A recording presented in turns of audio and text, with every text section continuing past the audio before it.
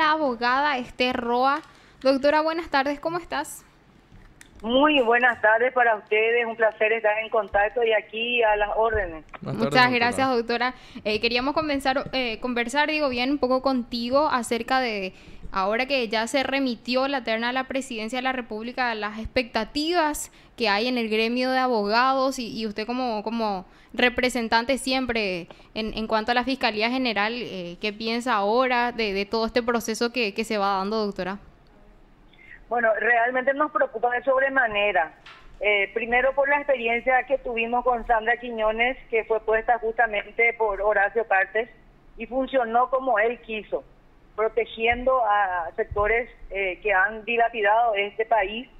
Y eso nos preocupa que se vuelva a replicar en el gobierno de Mario Aldo Benítez, en donde nosotros decimos, ¿verdad?, de que va a ser una señal de que su gobierno es un gobierno corrupto y que tiene miedo del Ministerio Público, entonces va a poner una fiscal a la medida. Y vemos que Cecilia Pérez, sin cuestionar su capacidad intelectual, etcétera, prácticamente salió de su gabinete, por un lado. Y por otro lado, va a replicar lo mismo que hizo Sandra Quiñones con Horacio Cartes. Es imposible pensar lo contrario. Y por otro lado, también tenemos como antecedente que la doctora Cecilia Pérez estuvo en casos muy sonados de corrupción y el crimen organizado. Ella fue la abogada de la defensa por el clan OGD, estuvo también como defensa de Miguel Cuevas.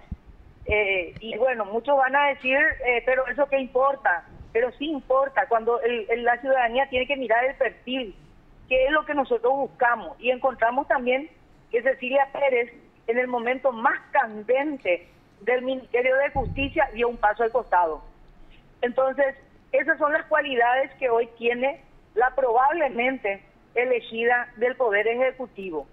Por otro lado, le tenemos al doctor Emiliano Rolón, a quien yo también respeto como una persona intelectual, un profesor de muchos años y magistrado del Tribunal de Apelación en ese caso, pero hizo una carrera.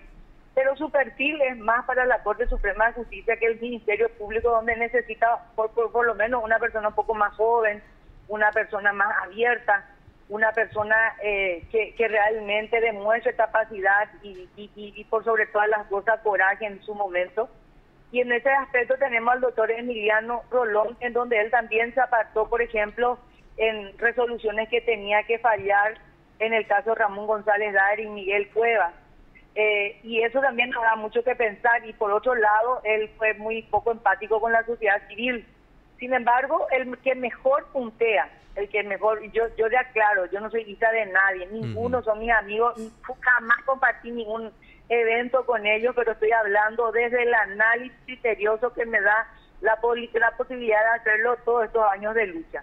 El doctor Gustavo Santander es el que está mejor calificado, prácticamente es el primero en la terna. Segundo, el Tribunal de Apelación Primera Sala siempre fue muy expeditivo. Y también fueron fallos que algunas veces nos gustaban o no nos gustaban, pero fueron fallos firmes. Y eso también en derecho es muy interesante tener. Y por otro lado, también le vemos a una persona que durante su ponencia en la audiencia pública, él explicó la mejor explicación que pudo haber dado un postulante fue la que él hizo, dio un diagnóstico del Ministerio Público y también habló de las posibilidades de refortalecer esa institución. Entonces, al analizar la personalidad, al analizar la gestión de las personas, analizar los riesgos, es donde nosotros construimos un poco el perfil de los que realmente podría representar a la sociedad civil. En ese contexto, nosotros determinamos de que siendo que el Ministerio Público tiene que representar a la sociedad civil y siendo que nuestra organización de la sociedad civil viene luchando contra el flagelo de la corrupción, contra la corrupción del Poder Judicial, contra la corrupción del Ministerio Público, creo que nuestra apreciación tiene que ser también evaluada por la gente, por la ciudadanía. Doctora, y precisamente estábamos conversando con Liz, ya esta mañana el Consejo adelantó su sesión ordinaria para aprobar el acta de la sesión anterior en la que se conformó precisamente esta terna. Esta sesión estaba prevista para el lunes recién, sin embargo se hizo hoy, de hecho ya se envió la terna al Poder Ejecutivo Y se habla precisamente de que tiene una ventaja la doctora Cecilia Pérez porque ella hace poco incluso estuvo integrando el Poder Ejecutivo, entonces tendría el voto de confianza del presidente. Entonces, ¿cómo tomás todo esto, verdad? Esta celeridad que tiene ya el Consejo de remitir la terna. Y realmente a mí me preocupa porque primero la forma como manejaron el tema, digamos arrimbombantemente, un tema tan delicado como armar la terna para fiscal general del Estado, y finalmente ellos prácticamente sacan un reglamento rápidamente, un reglamento que no nos permite ni siquiera respirar y evaluar, por ejemplo, qué es lo que tenemos enfrente. Entonces, yo creo que ellos están siguiendo el libreto que ya se propusieron antes, incluso, ¿verdad?, cuando dijeron de que vamos a tener, digamos, la terna antes de las internas, y ahora quieren elegir antes de la interna digamos, al fiscal o la fiscal general del Estado, que durante 5 años va a representar a la sociedad civil. Y ojalá que se tomen la molestia de analizar y de mirar realmente qué es lo que necesitamos nosotros los paraguayos, porque 5 años de la toma otra vez del Ministerio Público, este país no va a aguantar, sencillo. Y justamente hoy estamos en el Día Internacional contra la Corrupción, doctora, y vos estás hablando de varios puntos. No sé si se cortó, parece, la llamada. Si vamos a retomar. Bueno, hoy es el Día Internacional contra la Corrupción y bueno, lo que está haciendo la doctora es explicar un poco que eso sigue, ¿verdad? Más o menos claro. Esa es la percepción que ella tiene, que continúa la corrupción de alguna u otra forma, ¿verdad? Es lo que siente ella. Bueno, es una activista demasiado importante hoy en día en los casos de corrupción, al menos, y ella también da su postura y crea un perfil, según fui anotando, Lucas, crea un perfil ella de quién debería ser, ¿verdad? Claro. O qué debería tener. Va analizando a los 3 postulantes. Exactamente, habla de los 3 integrantes de esta terna. De una persona con capacidad, que no responda a pretensiones políticas, que busque fortalecer el Ministerio Público, que sea una persona joven, que sea una persona abierta, ¿verdad? Y en cuanto al magistrado, Gustavo Santander es quien ella lo ve como uno de los mejores postulantes. Doctora, retomamos la comunicación. Sí. Bueno, yo decía, ¿verdad?, de que, claro que no soy hija de nadie, los 3 no son ni siquiera ni amigos ni conocidos. Sí, sí. Solamente lo que hago es una evaluación de la gestión de cada uno y del perfil que la ciudadanía necesita, ¿verdad? Y eso no desmerita, digamos, de que estas personas sean buenos profesionales, pero buenos profesionales, y después elegir quién es el que tiene que estar o la que tiene que estar ahí en el Ministerio Público, es ahí donde nosotros nos permitimos analizar. El doctor Emiliano Rolón les dije que es muy estructurado, muy conservador, muy formal y muy poco empático también con la sociedad civil, un tipo que cuesta mucho llegar a él. Cuesta mucho, yo eso lo digo con certeza, ¿verdad? En las veces que nosotros quisimos hablar, nunca jamás a ningún juez, a ningún ministro, ni al que sea le pedimos el sentido de su voto, pero siempre le decimos que cumplan la ley, el plazo que establece la ley. Y muchas veces hasta eso es difícil con él entrar para hablarle, para explicarle que los plazos ya se iniciaron, etcétera. Entonces, sin embargo, el doctor Gustavo Santander es diferente. Él siempre fue a puerta abierta, siempre salió, habló con la ciudadanía. Entonces, esos son los aspectos que nosotros consideramos. Y justamente es lo que también la ciudadanía exige, ¿verdad? Una persona que pueda mostrar el trabajo que realiza, porque justamente se da al pueblo, ¿verdad? Porque el pueblo es el quien está pendiente de las causas, es quien exige justicia también, doctora. Entonces, que sean un poco abiertos es lo que decís, ¿verdad, doctora? No, totalmente. Es muy difícil en este momento tan crucial como la que estamos viviendo, donde la impunidad es la regla. Amerita realmente que la ciudadanía se involucre, que los medios de prensa también hagan eco, ¿verdad? Que también evalúen un poco, ¿verdad? Porque si nos quedamos todos de que los 3 son buenos profesionales y de que los 3 son... No, hay que hacer los cuestionamientos ahora o callarnos para siempre. Si nosotros no hablamos, y hay gente que a lo mejor ni siquiera sabe que en estos días se va a elegir la fiscal general del Estado o el fiscal. Bueno, doctora, y como dijo Liz también, hoy es el Día Internacional. Por lo que pasa en la justicia tenemos que hacer. Sí, Doctora, hoy estuvieron también ustedes con todo el grupo de la Coordinadora de Abogados y de Somos Anticorrupción frente al Poder Judicial. Vimos que llevaron incluso un ataúd con la fotografía del ministro Antonio Fretes y también estuvieron exigiendo su renuncia incluso. Sí, el ministro Antonio Fretes no puede seguir un solo día más como ministro de la Corte Suprema de Justicia. Él es el presidente de la Corte Suprema de Justicia en este momento y también él preside la Sala Constitucional, que es una de las salas más importantes que se tiene en un Estado digamos, democrático, republicano. Él no podría, es más, un secreto a voces, es la maniobra que siempre él hizo, donde él siempre quiso estar bien con Dios y con el diablo. La forma como él atrapaba a los expedientes, pedía los autos principales, por ejemplo, para abortar una audiencia preliminar o para abortar un juicio oral, o sacaba medidas cautelares para impedir que un proceso continúe y para llegar a una condena, etcétera, o para que quede firme. Hay demasiados cuestionamientos que yo me puedo permitir y decir con datos precisos, ¿verdad? Porque desde el momento que yo resolví como abogada hacer algo por el país, entonces me veo en la obligación de contar eso a la ciudadanía para que evalúe. Si hoy no le llegó el mensaje que él tiene que renunciar, entonces yo voy a desafiarle a la ciudadanía a salir a las calles y a pedir la salida de Antonio Fretes. Y imagínense que si se suman la gente, si se suman los jóvenes, si se suma la gente y dice, bueno, yo me voy a ir a pedir, porque sí, realmente es desastroso ver que un ministro de Corte esté salpicado por tráfico de influencia, donde sus hijos tienen millonarias fortunas, vehículos, casas, bolsas, dinero, etcétera, en donde no podría ni siquiera estar 24 horas, porque uno de los atributos para llegar al cargo y para conservar el cargo es la honorabilidad. ¿Qué honorabilidad tiene hoy Antonio Fretes? No tiene absolutamente nada. Entonces, tal vez si la ciudadanía se hace eco y saca a Antonio Fretes, no solamente va a dejar digamos, una moraleja para la justicia, sino que va a ser la regla, en donde ahí donde no hay independencia del Poder Judicial, ahí donde hay un deterioro de la justicia, la ciudadanía sale a defender su constitución y sus leyes. Eso sería un sueño y yo estoy jugada, ¿verdad? Entonces yo creo que próximamente vamos a estar convocando. Hola, doctora. Digamos, el lado positivo para por lo menos intentar una independencia del Poder Judicial, ¿verdad? Y estamos hablando de un cargo muy importante, pues ministro de la Corte, y pasando un poco ya a otras instituciones, doctora, ya que hoy es el Día Internacional contra la Corrupción, ¿cómo es la percepción que tienen ustedes en cuanto a la corrupción en las instituciones públicas, aparte de la Corte Suprema de Justicia?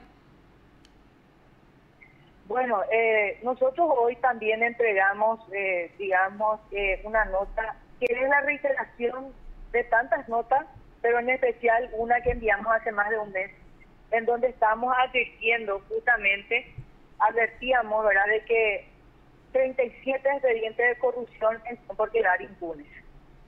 Ese dato le dimos a la Corte durante todo este año y también con énfasis hace un mes, en donde le explicamos de que de darse una impunidad en cualquiera de esos expedientes también es causal de juicio político, porque en eso se refleja el mal desempeño de funciones. Y mal desempeño de funciones es causal de juicio político. Así es que dejamos nuevamente hoy una nota y esperemos que la Corte nos convoque, nos escuche para poder darle los detalles, o en su caso comunique a los medios de prensa que va a abrir una auditoría de esos expedientes para ver qué es lo que pasa, porque ellos tienen que articular mecanismos institucionales para poder prevenir la impunidad, porque ellos están obligados por Constitución, por convenciones internacionales y por la propia ley. Y bueno, doctora, ¿tenés una percepción entonces de que hay muchísimos casos? La corrupción entonces está minando muchas instituciones porque son 37 expedientes de corrupción pública entonces. Y eso es lo que nosotros logramos detectar, porque mira que si nosotros tuviésemos los recursos humanos para poder hacernos cargo de más expedientes, lo haríamos y encontraríamos realmente muchísimos expedientes en esa situación. Lo que nosotros hicimos es un listado de los expedientes que sí tenemos controlando y monitoreando desde nuestras organizaciones, que son 50 expedientes, ¿verdad? 50 expedientes que dijimos, bueno, acá si no cortamos con la impunidad, la corrupción va a continuar, porque la gente que están hoy para ocupar un cargo público van a sacar de donde sea, de crimen organizado, van a hacer préstamos, van a tirar la casa por la ventana, van a sacar los recursos que son nuestros recursos para poder pagar votos y llegar a ocupar otra vez cargos electivos, y después se van a encargar de robar, porque saben que en Paraguay nadie se va a la cárcel y no devuelva lo robado. Ese es el problema. Y el claro ejemplo es el caso del ex senador Víctor Bogado, incluso ahora se candidata nuevamente para el Congreso. Él fue condenado por un caso de corrupción públicamente y ahora él quiere llegar otra vez al Parlamento, doctora. Sí, no, es una vergüenza. Imagínense que Víctor Bogado fue condenado, realmente fue una condena leve, 1 año y suspensión de la ejecución de la condena, pero se le aplicó una pena pecuniaria de más de 400, creo que 30 millones de guaraníes o 460 millones de guaraníes, y otras, otras reglas de conducta que todavía siguen vigentes. O sea que Víctor Bogado está todavía atado al proceso penal, él sigue cumpliendo su condena. Él termina los primeros días seguramente de diciembre, pero él no tendría que estar hoy pujando una interna, por ejemplo, si el sistema de justicia funcionaba y el tribunal electoral. ¿Cómo es que el Poder Judicial no le comunica al tribunal electoral que él está inhabilitado para ser candidato? Es la gran pregunta. Y es el contubernio que le salva la impunidad, que es la regla que permite que en Paraguay se haga todo, porque se sabe que eso no tiene ninguna consecuencia. Y si no nos vamos muy lejos, doctora, también el hijo del ex senador fallecido, Óscar González Dar, hoy tiene una condena, ahora que está parada, no está firme, pero él es concejal. Sí, él es concejal y está en la sala penal, un recurso de casación. Ustedes saben que todavía no está integrado a la sala. Sí. O sea que falta integrar la sala, nadie quiere agarrar ese expediente. Y mientras él sigue en la función, ¿verdad? Y sí, así de sencillo, él sigue ocupando un cargo electivo impunemente, tiene una condena, si no estoy mal recordando, creo que era algo así como 8 años. Sí, 8 años. Y sin embargo, él está en su casa.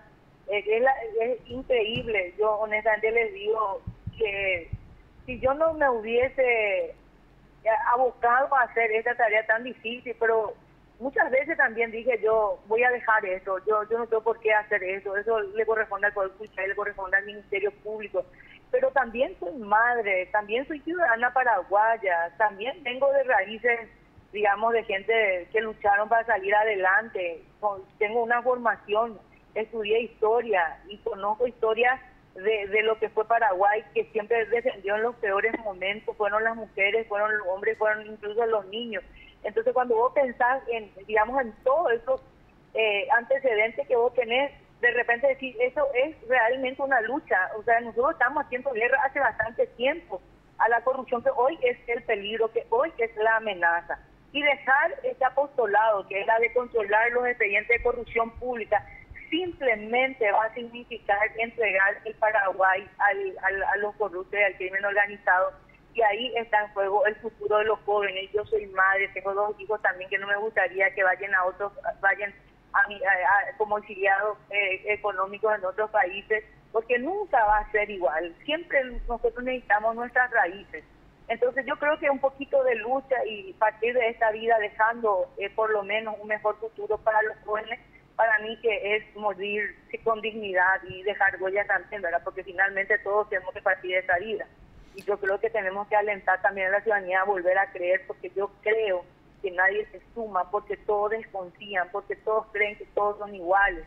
Que cuando vos levantás una bandera ya dices, bueno, esta busca esto. Y muchas veces pensamos, hasta nos arriesgamos a tomar un rol, porque decimos, va a ser mucho mejor que yo esté para enfrentar y defender a un país que no está entendiendo dónde está parado. Porque realmente yo veo así, la gente está en sus cosas, la gente está haciendo no sé, en las cosas así tan perení, en las boludeces muchas veces, y hasta eso es un estímulo para la gente como yo y como mis compañeros, decir, bueno, tenemos que hacer nosotros hasta que esta gente se despierte y dejen de hacer esto y se ocupen del problema real, ¿no? Totalmente, doctora. Y te agradecemos muchísimo por este tiempo, doctora, por el espacio, por tu opinión también. Muchísimas gracias, muy amable. Muchas gracias, doctora. Muchas gracias, dale. Gracias, hasta luego. Te informó PDS Radio TV Digital. Así hablábamos con la abogada Esther Roa, activista, muy fuerte contra la corrupción, integrante de organizaciones también contra la corrupción. Hoy, así como mencionaste, Lucas, se hizo un